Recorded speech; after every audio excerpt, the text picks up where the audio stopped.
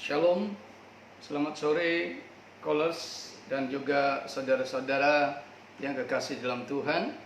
Sore ini kita bertemu kembali dalam sesi pelajaran tentang pelepasan. Saudara, kemarin kita sudah membahas tentang tugas-tugas dari roh jahat. Lalu kemudian juga kita sudah membahas tentang apakah orang Kristen bisa dirasuki roh jahat atau tidak. Nah, kemarin saya sudah jelaskan bahwa orang yang percaya, artinya orang di dalam Tuhan, itu tidak mungkin dirasuki oleh roh jahat, ya, tetapi kita masih bisa diganggu atau dikuasai oleh roh jahat. Namun area gangguannya itu pasti hanya di dalam tubuh dan jiwa.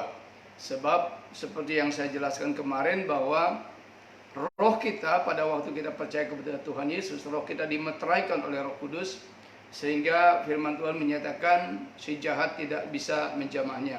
Artinya bahwa roh jahat itu tidak bisa menguasai, merasuki full kehidupan kita, karena roh kita tidak mungkin diganggu oleh roh jahat. Hanya gangguannya itu hanya ada di dalam tubuh dan jiwa kita. Nah, hari ini saudara, kita akan belajar tentang pintu masuk bagi roh jahat. Nah, karena kita sebagai orang percaya atau sebagai orang Kristen itu masih bisa diganggu atau dikuasai oleh roh jahat, otomatis saudara dengan demikian bahwa roh jahat itu masuk ke dalam tubuh dan jiwa kita. Nah, sekarang kita belajar bagaimana roh jahat itu bisa masuk. Bagaimana roh jahat itu bisa menguasai tubuh dan jiwa kita. Dari mana dia masuknya? Nah, kita akan belajar sore hari ini, saudara. Biarlah pelajaran hari ini akan membawa kita kepada satu pemahaman untuk kemudian kita tidak membuka pintu bagi roh jahat untuk masuk dan menguasai hidup kita. Nah, saudara, kita akan membuka Alkitab kita di dalam Lukas pasal yang keempat. Lukas pasal 4 ayat yang ke-13, demikian firman Tuhan.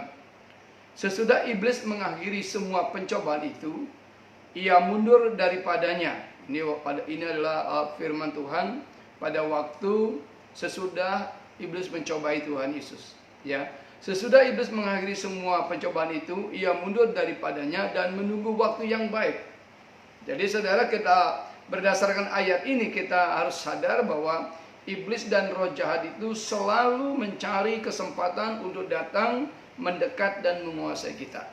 Itu sebabnya saya katakan kemarin itu bahwa saya sungguh sangat heran kalau ada yang mengatakan bahwa roh jahat atau iblis itu diam-diam saja.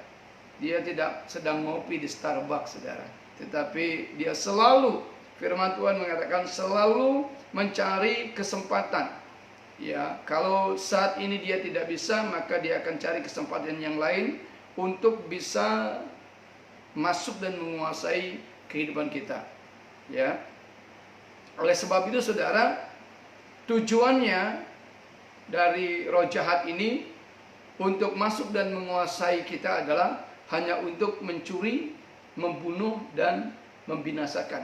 Hanya itu tujuan dari roh jahat. Ya, karena itu maka kita harus waspada saudara, untuk kita boleh berhati-hati, ya, menutup setiap pintu masuk bagi roh jahat di dalam kehidupan kita. Nah, ada beberapa pintu masuk yang dipakai oleh roh jahat untuk menguasai, ya, kehidupan kita. Nah, pintu masuk yang pertama itu adalah dosa. Ya, pintu masuk yang pertama untuk roh jahat masuk menguasai kita adalah dosa. Kita membuka Alkitab kita di dalam Ayub pasal 1 ayat yang ke-10. Ayub pasal 1 ayat yang ke-10, demikian firman Tuhan. Bukankah engkau yang membuat pagar sekeliling dia dan rumahnya serta segala yang dimilikinya? Apa yang dikerjakannya telah kau berkati, dan apa yang dimilikinya makin bertambah di negeri itu. Ini adalah satu dialog, ya, yang terjadi antara iblis dan Tuhan. Nah, iblis dan Tuhan itu, ya, dalam dialog itu iblis mengakui bahwa yang terjadi atas diri Ayub itu adalah karena Tuhan yang memagari keliling. Ya, Tuhan yang membuat perlindungan, Tuhan yang mengelilingi atau memagari kehidupan dari Ayub, sehingga Ayub berhasil di dalam setiap kehidupannya. Nah, saya mau katakan saudara, sebetulnya setiap kita orang percaya kepada Tuhan Yesus itu berada dalam pagar perlindungan Tuhan. Ya, kita dilindungi. Ya, kuasa darah Tuhan Yesus itu melindungi kita, sehingga iblis atau roh jahat tidak dapat masuk dan mengganggu kita, baik tubuh maupun jiwa kita. Jadi perhatikan saudara, sebetulnya kita sebagai orang-orang percaya itu memiliki jaminan, yaitu jaminan perlindungan dari kuasa darah Tuhan Yesus Kristus. Ya, sehingga dikatakan bahwa sebenarnya roh jahat itu tidak dapat masuk dan tidak dapat mengganggu kita. Nah, selama kita berada dalam pagar perlindungan Tuhan, saya mau katakan bahwa kita aman dari roh jahat. Ya, kita aman dari roh jahat. Jadi perlindungan kuasa darah Tuhan Yesus Kristus itu adalah hal yang tidak dapat ditembus oleh roh jahat. Selama kita berada dalam perlindungan kuasa darah Tuhan Yesus, saudara tidak bisa dimasuki dan saudara tidak bisa diganggu oleh roh jahat. Tetapi yang sering terjadi adalah seperti apa yang dinyatakan di dalam Pengkhotbah pasal 10 ayat yang ke-8. Ya, Pengkhotbah pasal 10 ayat 8 berkata begini: barang siapa menggali lubang akan jatuh ke dalamnya, dan barang siapa mendobrak tembok akan dipagut ular. Saudara, dengan cara apa kita mendobrak perlindungan Tuhan ini, saudara? Kalau saudara ada di sini, saudara berada dalam perlindungan. Ya, saudara dikelilingi, saudara berada dalam perlindungan kuasa darah Tuhan Yesus Kristus. Tetapi tadi dikatakan saudara di dalam Pengkhotbah, barang siapa menggali lubang akan jatuh ke dalamnya, dan barang siapa mendobrak tembok akan dipagut ular. Nah, dengan cara apa kita mendobrak perlindungan Tuhan? Dengan cara berbuat dosa. Ya, kita harus ingat saudara bahwa Tuhan yang Maha Kudus adalah Tuhan yang tidak dapat bersekutu dengan dosa. Kita ingat kembali apa yang terjadi kepada manusia yang pertama, yaitu Adam dan Hawa yang jatuh ke dalam dosa. Maka pada waktu mereka jatuh ke dalam dosa, perlindungan ilahi dari Tuhan itu terbuka dan mereka mendapati diri mereka telanjang. Saudara yang kekasih dalam Tuhan, dalam buku ini, ya, buku yang direbut dari cengkraman iblis, Mukendi menceritakan bahwa suatu kali saudara di Afrika ini, dia bertemu dengan seorang gadis yang sangat rajin beribadah dan juga rajin membaca Alkitab, rajin berdoa. Dikatakan di dalam dunia roh saudara, di dalam dunia roh, maka gadis ini kelihatan berpakaian. Ya, di dalam dunia roh dilihat bahwa gadis ini berpakaian. Kalau sehari-hari ya pasti otomatis berpakaian. Tapi ini kita bicara tentang roh saudara. Di dalam dunia roh dikatakan bahwa gadis itu kelihatan berpakaian. Nah, lalu kemudian bagaimana caranya Mukendi, waktu itu dia masih jadi tukang sihir dan dukun saudara, bagaimana caranya menjatuhkan anak gadis ini? Saudara, tiba-tiba dia punya ide. Dia datangin perempuan ini, anak gadis ini, dan berkata, kamu ternyata jelek banget ya. Kamu jelek banget dan lebih jelek dari istri saya. Di dunia ini mungkin hanya kamu yang paling jelek. Dan dengan perkataan itu, maka anak gadis itu ceritakan ini, anak gadis itu menjadi marah.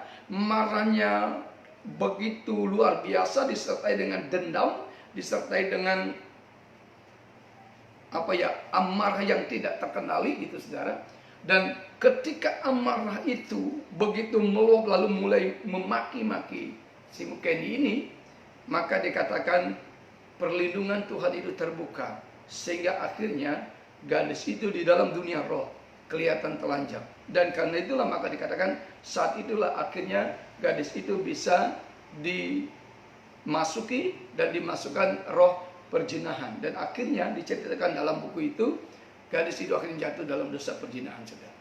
Jadi karena itu saudara hati-hati dengan amarah yang tidak terkendali, amarah yang tidak terkontrol, amarah yang diikuti dengan emosi yang tidak mau memaafkan, maka itu bisa membuat pagar perlindungan Tuhan itu terbuka atas hidup kita. Karena Ingat sekali lagi bahwa Tuhan itu tidak bisa bersekutu dengan dosa. Nah, oleh sebab itu penting bagi kita, saudara, anak-anak Tuhan, untuk hidup di dalam kekudusan. Sehingga kita tidak memberikan peluang bagi roh jahat untuk masuk dan menguasai kita. Karena saat kita mendobrak tembok perlindungan Tuhan dengan berbuat dosa, maka ular atau iblis itu masuk untuk memagut dan mencelakakan kita. Jadi saudara-saudara Tuhan, pintu masuk pertama kali bagi roh jahat untuk dapat menguasai dan juga untuk dapat mengganggu kita itu adalah dosa. Oleh sebab itu saudara, kita mesti sungguh-sungguh menjaga diri kita. Ya, itu sebabnya saya katakan kemarin bahwa orang percaya itu masih bisa diganggu, masih bisa dimasuki oleh roh jahat. Karena apa? Kadang-kadang saudara, kita juga masih jatuh dalam dosa. Nah, sebab itulah penting saya katakan bahwa pelayanan pelepasan ini dilakukan bukan untuk orang-orang yang tidak percaya. Tapi pelayanan pelepasan ini adalah untuk orang-orang yang sudah percaya dalam Tuhan dan untuk menyucikan hidup kita, yang membersihkan diri kita dari kuasa-kuasa roh jahat.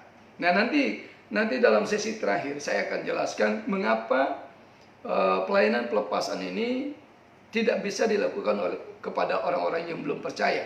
Nanti saya akan jelaskan pada sesi terakhir besok mungkin ya. Besok saya akan jelaskan itu. Nah, jadi saudara, pintu masuk yang pertama itu adalah dosa. Ya, dosa yang memberikan kesempatan kepada iblis atau roh jahat untuk menguasai dan mengganggu kita orang percaya. Yang kedua saudara, pintu masuk yang kedua adalah pahit hati, dendam atau sakit hati dan tidak mampu mengampuni. Nah, pintu masuk ini adalah merupakan pintu masuk yang kedua bagi roh jahat, yaitu lewat sakit hati serta tidak mau mengampuni orang lain. Mari kita buka Matius pasal 18 ayat 21 sampai dengan ayat yang ke-35. Kemudian datanglah Petrus dan berkata kepada Yesus, "Tuhan, sampai berapa kali aku harus mengampuni saudaraku jika ia berbuat dosa terhadap aku? Sampai 7 kali?" Yesus berkata kepadanya, "Bukan, aku berkata kepadamu, bukan sampai 7 kali, melainkan sampai 70 kali 7 kali. Sebab hal kerajaan sorga seumpama seorang raja yang hendak mengadakan perhitungan dengan hamba-hambanya. Setelah ia mulai mengadakan perhitungan itu, dihadapkanlah kepadanya seorang yang berhutang 10.000 talenta. Tetapi karena orang itu tidak mampu melunaskan hutangnya, raja itu memerintahkan supaya ia dijual beserta anak istrinya dan segala miliknya untuk pembayar hutangnya. Maka sujudlah hamba itu menyembah dia, katanya, 'Sabarlah dahulu, sebab hutangku akan kulunaskan.' Lalu tergeraklah hati raja itu oleh belas kasihan akan hamba itu, sehingga ia membebaskannya dan menghapuskan hutangnya. Tetapi ketika hamba itu keluar, ia bertemu dengan seorang hamba lain yang berhutang 100 dinar kepadanya. Ia menangkap dan mencekik kawannya itu, katanya, 'Bayar hutangmu.' Maka sujudlah kawannya itu dan memohon kepadanya, 'Sabarlah dahulu, hutangku itu akan kulunaskan.' Tetapi ia menolak dan menyerahkan kawannya itu ke dalam penjara sampai dilunaskannya hutangnya. Melihat itu kawan-kawannya yang lain sangat sedih, lalu menyampaikan segala yang terjadi kepada tuan mereka. Raja itu menyuruh memanggil orang itu dan berkata kepadanya, 'Hai hamba yang jahat, seluruh hutangmu telah kuhapuskan karena engkau memohonkannya kepadaku. Bukankah engkau pun harus mengasihani kawanmu seperti aku telah mengasihani engkau?' Maka marahlah tuannya itu dan menyerahkannya kepada algojo-algojo sampai ia melunaskan seluruh hutangnya. Maka Bapakku yang di surga akan berbuat demikian juga terhadap kamu, apabila kamu masing-masing tidak mengampuni saudaramu dengan segenap hatimu." Saudara yang dikasihi dalam Tuhan, sakit hati dan tidak mau mengampuni adalah pintu masuk bagi roh jahat untuk menguasai seseorang. Roh jahat yang berkuasa atas seseorang akan mendorong orang tersebut untuk melakukan hal-hal yang jahat, seperti yang dilakukan oleh hamba yang pertama itu, yaitu mencekik leher temannya dan memasukkan temannya ke dalam penjara. Saudara yang dikasihi Tuhan, kita melihat di sini betapa sakit hati, dendam, dan tidak mau mengampuni itu adalah sesuatu yang membuat orang itu tidak layak di hadapan Tuhan. Saya kira dalam pelayanan kemarin itu saya sudah pernah juga menjelaskan tentang bagaimana pengaruh dari sakit hati dan dendam ini. Yaitu bisa membawa kutuk juga. Ya. Nah sebab itu saudara, kita melihat bahwa kalau kita tidak mau mengampuni orang yang bersalah kepada kita, artinya kalau kita menyimpan pahit hati, luka batin, maka itu adalah pintu masuk bagi roh jahat untuk dapat menguasai kita. Kenapa saudara? Karena kita menjadi tidak layak di hadapan Tuhan. Sebab orang-orang yang mau mempersembahkan hidupnya kepada Tuhan, firman Tuhan menyatakan kita harus mempersembahkan hidup kita, ya, yaitu hidup yang kudus, berkenan di hadapan Tuhan dan tidak bercacat celah atau tidak memiliki luka. Jadi dengan demikian kita lihat saudara bahwa kalau kita menyimpan pahit hati, dendam kepada seseorang dan tidak mau mengampuni, maka itu adalah pintu masuk bagi roh jahat untuk dapat menguasai kita. Kalau dendam kita sudah berlebihan, ya sakit hati kita sudah sangat berlebihan, maka itu adalah pintu masuk bisa dipergunakan oleh roh jahat. Oleh sebab itu saudara, tutuplah peluang tersebut dengan jalan mengampuni dan tidak menyimpan sakit hati kepada seseorang. Karena memang saudara, jelas firman Tuhan mengatakan bahwa kalau kita tidak mengampuni, maka kita pun tidak akan diampuni. Dan kalau kita tidak diampuni, berarti kita masih ada di dalam dosa.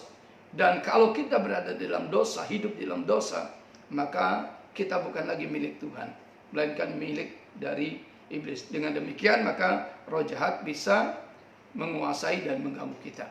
Nah yang ketiga saudara, pintu masuk yang ketiga bagi roh jahat untuk dapat mengganggu kita sebagai orang percaya adalah hubungan suami istri yang tidak harmonis. Ya, hubungan suami istri yang tidak harmonis. 1 Korintus pasal 7 ayat yang kelima begini. Janganlah kamu saling menjauhi kecuali dengan persetujuan bersama untuk sementara waktu, supaya kamu mendapat kesempatan untuk berdoa.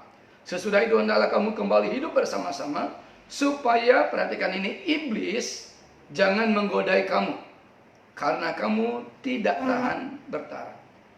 Saudara, penting suatu waktu atas persetujuan bersama untuk menjaga jarak.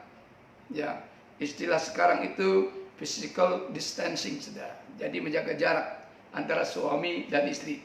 Tetapi itu dilakukan hanya untuk masing-masing punya waktu dan kesempatan berdoa dan membangun hubungan dengan Tuhan. Ya, sesudah itu harus hidup bersama kembali. Saudara, hubungan suami istri yang tidak harmonis bukan saja akan menjauhkan kita secara fisik, tetapi juga akan menjauhkan kita secara psikis yang melibatkan emosi kita. Hubungan yang dingin antara suami istri akan membuka peluang bagi roh jahat untuk menggoda kita jatuh ke dalam dosa perzinahan. Oleh sebab itu saudara, sebagaimana dikatakan oleh Bang Napi, waspadalah. Waspadalah, karena kejahatan terjadi bukan hanya karena niat si pelaku, tetapi karena adanya kesempatan. Sebab itu saudara, jangan berikan kesempatan dan peluang roh jahat untuk masuk dan menguasai kita, sehingga akan menghancurkan kita dan juga menghancurkan rumah tangga kita. Tadi firman Tuhan sudah menjelaskan kepada kita, boleh jaga jarak, tapi atas persetujuan bersama, tetapi tujuannya adalah hanya untuk membangun hubungan, membangun keintiman dengan Tuhan. Nah sesudah itu, suami istri harus bersatu kembali. Sebab kalau tidak, maka itu peluang bagi roh jahat. Tadi firman Tuhan juga mengatakan, jangan berikan, supaya iblis jangan menggodai kamu. Ya, jangan berikan kesempatan kepada iblis untuk menggoda kita, untuk akhirnya nanti menguasai kita, ya, dan juga masuk dalam kehidupan kita, lalu menghancurkan rumah tangga kita. Ingat bahwa tujuan iblis itu adalah, tujuannya adalah hanya membunuh, mencuri, dan membinasakan. Ya, jadi mari kita sungguh-sungguh saudara belajar bagi saudara-saudara yang sudah bersuami atau beristri, maka kita mesti menjaga rumah tangga kita tetap ada dalam perlindungan kuasa darah Tuhan Yesus Kristus. Sebab kalau tidak, maka sekarang ini saudara, iblis itu bekerja lewat penghancuran rumah tangga. Karena suami istri jangan berikan kesempatan kepada iblis dan roh-roh jahatnya. Nah, pintu masuk yang keempat itu adalah keterlibatan dalam okultisme. Ya. Saudara, okultisme itu berasal dari bahasa Latin yaitu occultus, yang artinya tersembunyi, rahasia, gaib, misterius, gelap, atau kegelapan. Jadi orang yang terlibat dalam okultisme adalah orang yang melibatkan dirinya dengan kuasa atau kekuatan dari dunia kegelapan atau dunia roh-roh jahat. Saudara, saya mau katakan, roh jahat tidak dicari saja. Dia datang kepada kita. Apalagi kalau dicari, diundang, maka dia akan menguasai hidup seseorang.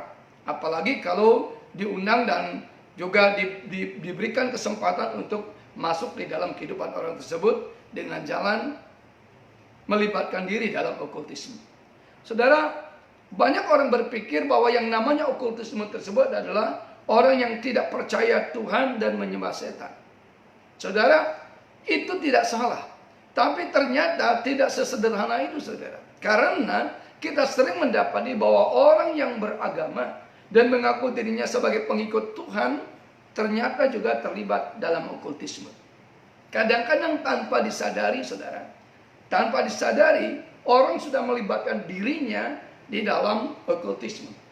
Sebagai contoh, ya, siapa di sini yang masih atau ada di antara saudara yang masih percaya dengan zodiak, ya, ramalan bintang, ya, misalnya bintang Virgo, hari ini asmara, ya, kalau tidak baik-baik menjaga hubungan dengan si dia, maka hari ini akan terjadi pertengkaran di antara kalian.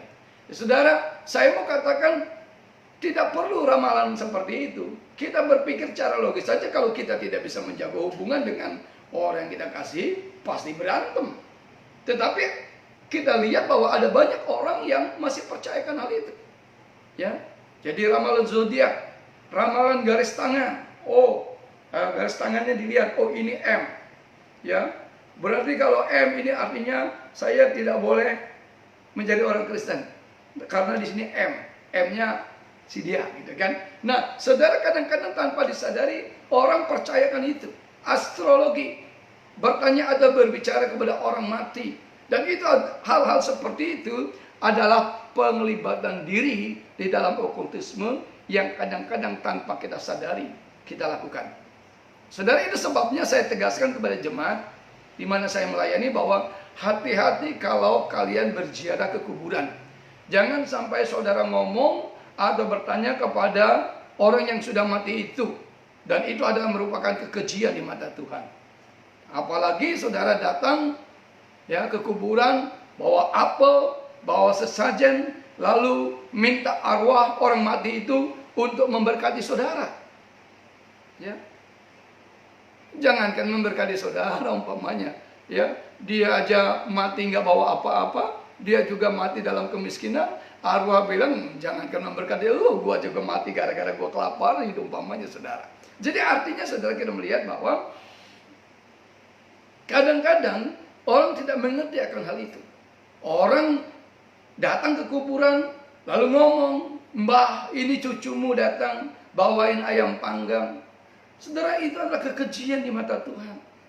Ya, kalau saya percaya kalau begitu saudara ngomong, "Mbah, ini cucumu datang, bawa sesajen, bawa apa." Dan kalau kuburan itu nyaut, saya yakin saudara kabur. Nah, karena itu saudara, saya mau ingatkan kepada saudara, siapapun saudara, saya tegaskan ini kepada jemaat saya bahwa boleh berziarah. Sekedar untuk misalnya membersihkan kuburan orang tua kita, mungkin sudah banyak rumput dan lain sebagainya. Saudara bersihkan, saudara cabutin rumputnya, nggak masalah. Supaya kelihatan, jangan kelihatan serem gitu. Tetapi kalau saudara sampai di sana, tidak boleh bicara, tidak boleh ngomong, karena di sana hanya ada tulang belulang, roh orang mati sudah tidak ada di sana. Dan kalau saudara bicara dengan orang mati, maka itu adalah kekejian di mata Tuhan. Dan itu saudara sudah membuka diri untuk saudara dikuasai oleh roh jahat. Ya. Ada juga orang yang secara langsung melibatkan diri dalam ilmu sihir, tenaga dalam, perdukunan dan lain sebagainya. Dalam jimat-jimat itu adalah merupakan satu penglibatan diri dalam okultisme. Nah, orang yang terlibat okultisme sudah otomatis membuka pintu bagi roh jahat untuk menguasai orang tersebut. Nah, jadi saudara-saudara, kadang-kadang ada hal-hal yang kita anggap enteng. Ya, misalnya saudara iseng-iseng saudara main jai langkung. Hati-hati saudara. Saya pernah melayani ada seorang anak remaja di Jakarta. Saya melayani dia dan ada roh jahat di dalamnya. Setelah saya tanya, bagaimana kamu bisa masuk? Dia bilang, roh jahat itu bilang, saya diundang. Bagaimana caranya? Waktu dia sekolah, di sekolahnya dia main jai langkung.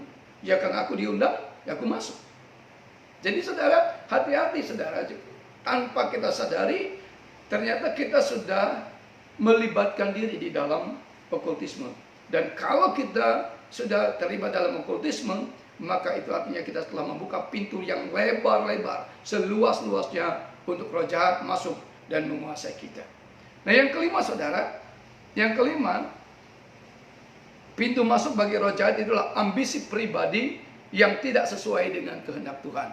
Ambisi pribadi yang tidak sesuai dengan kehendak Tuhan. Markus pasal 8 ayat 31 sampai dengan 33 demikian. Kemudian mulailah Yesus mengajarkan kepada mereka bahwa anak manusia harus menanggung banyak penderitaan dan ditolak oleh tua-tua, imam-imam kepala dan ahli-ahli Taurat. Lalu dibunuh dan bangkit sesudah 3 hari. Hal ini dikatakannya dengan terus terang. Tetapi Petrus menarik Yesus ke samping dan menegur dia. Maka berpalinglah Yesus dan sambil memandang murid-muridnya, ia memarahi Petrus, katanya, "Enyahlah iblis, sebab engkau bukan memikirkan apa yang dipikirkan Allah, melainkan apa yang dipikirkan manusia." Pertanyaannya saudara, apakah Tuhan Yesus benar-benar mengatai bahwa Petrus itu adalah iblis? Ya, saudara, di sini kita melihat bahwa jangankan orang percaya, orang yang bersama dengan Yesus, hidup setiap hari dengan Yesus, dia yang berkata bahwa engkau adalah Mesias, anak Allah yang maha tinggi, tiba-tiba kemudian membuka dirinya untuk dikuasai oleh roh jahat. Kenapa? Karena dikatakan dia menarik Yesus, lalu menegur Yesus. Saudara, menegur itu adalah satu kata-kata yang keras yang diucapkan untuk Yesus. Nah, Petrus hanya memikirkan kenyamanan diri serta ambisi pribadinya. Itulah sebabnya dia berani menarik Yesus dan menegur gurunya. Nah, kalau kita tidak hati-hati dengan ambisi pribadi, maka itu bisa menjadi celah bagi roh jahat untuk masuk dalam diri kita, untuk memakai kita melaksanakan kehendak roh jahat. Saudara boleh punya ambisi, tetapi kalau ambisi yang tidak rohani, yaitu ambisi hanya untuk kepentingan pribadi, saudara hati-hati. Itu adalah membuka pintu atau celah bagi roh jahat untuk masuk dan menguasai kita. Iblis dan roh jahat tahu bahwa kematian Tuhan Yesus di kayu salib adalah kemenangan bagi umat manusia. Karena itu iblis dan roh jahat berusaha menggagalkan kemenangan tersebut melalui Petrus, bahwa hal tersebut tidak boleh terjadi pada gurunya. Tuhan yang memarahi Petrus lalu mengusir iblis yang ada di dalam diri Petrus. Nah, saudara, ini adalah merupakan satu celah-celah yang sering kali kita buka, sehingga hidup kita dikuasai oleh roh jahat. Ya, kadang-kadang sekali lagi saudara, ambisi pribadi yang berlebihan, ambisi yang tidak sesuai dengan kehendak Tuhan, itu akan membuka celah bagi roh jahat untuk masuk dan menguasai kita. Sebab itu saudara, seperti yang saya katakan tadi, ya, jangan berikan kesempatan dan jangan berikan pintu bagi roh jahat untuk masuk dan menguasai kita. Ingat saudara bahwa posisi kita sebagai orang percaya itu berada dalam perlindungan kuasa darah Tuhan Yesus. Penting bagi saudara, untuk saudara kalau keluar rumah, jangan lupa untuk meminta perlindungan kuasa darah Tuhan Yesus Kristus. Ya. Sebab perlindungan kuasa darah Tuhan Yesus Kristus itu akan membuat kita tidak dapat diganggu atau dimasuki oleh roh jahat. Namun sekali lagi saya katakan bahwa kadang-kadang kita sekalipun kita adalah orang yang sudah percaya kepada Tuhan Yesus, kadang-kadang kita jatuh ke dalam dosa. Dan pada waktu kita jatuh dalam dosa, maka perlindungan kuasa darah Tuhan Yesus Kristus itu terbuka. Tadi dikatakan sehingga dengan demikian kita mendobrak tembok perlindungan Tuhan. Dan ketika perlindungan Tuhan seperti yang dikatakan oleh Mukendi ini terbuka, maka kita kelihatan telanjang di dalam roh, maka roh jahat bisa masuk. Lalu mungkin saudara bertanya, bagaimana kalau kemudian bertobat dan minta ampun? Saya percaya pada waktu kita bertobat dan minta ampun, maka perlindungan kuasa darah Tuhan Yesus, kuasa darah Tuhan Yesus Kristus itu kembali ada dalam diri kita. Namun pertanyaannya, bagaimana dengan roh jahat yang sudah masuk? Ya, roh jahat yang sudah masuk itu tidak mungkin dia keluar dengan sukarela. Dia akan berusaha ada di dalam, menguasai kita, mengobok-obok kita dari dalam. Itulah pentingnya pelepasan. Ya, jadi roh jahat yang sudah masuk dalam diri kita, yang sudah menguasai kita pada waktu kita berdosa, pada waktu perlindungan Tuhan terbuka bagi kita, dan roh jahat itu masuk dan menguasai kita, maka dia harus diusir, harus dikeluarkan. Cara mengeluarkannya adalah melalui pelayanan pelepasan. Itu sebabnya saya katakan bahwa pelayanan pelepasan itu sangat penting. Bukan untuk orang yang belum percaya, tapi justru untuk kita orang yang sudah percaya kepada Tuhan. Untuk apa? Untuk membersihkan diri kita. Ya, supaya roh jahat yang terlanjur masuk di dalam kehidupan kita, maka itu nanti diusir keluar. Sehingga kita terbebas, kita bisa lepas dari kuasa atau gangguan dari roh jahat. Nah, besok saya akan jelaskan tentang siapa yang bisa dilayani pelepasan, lalu kemudian bagaimana teknik melayani pelepasan. Ya, besok saya akan jelaskan itu. Ya, saya berharap besok saudara akan bisa mengikuti sesi terakhir dari 5 sesi pelayanan pelepasan. Saudara, sebenarnya ada banyak. Sebenarnya kalau kita mau bahas lebih dalam lagi, bahas lebih jauh lagi, saya mau katakan tidak cukup 5 hari untuk, atau tidak cukup 5 pertemuan untuk membahas tentang pentingnya pelepasan ini. Nah, ini saya cuman artinya jelaskan yang penting-penting saja, yang inti-intinya saja.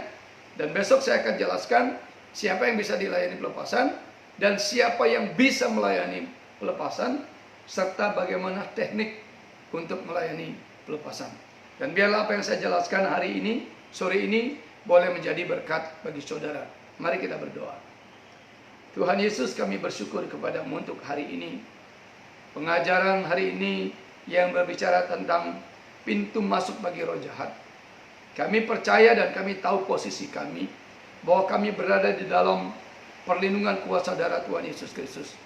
Namun demikian seringkali kami tidak sadar, ketika kami jatuh dalam dosa dan melibatkan diri dalam okultisme, maka kami telah membuka pintu bagi roh jahat. Ampuni kami Tuhan. Dan biarlah setiap saudara-saudara kami yang mendengar sekarang mengerti bagaimana mereka menutup diri mereka bagi roh jahat. Kami bersyukur di dalam nama Tuhan Yesus Kristus. Haleluya. Amin. Shalom. Tuhan Yesus memberkati.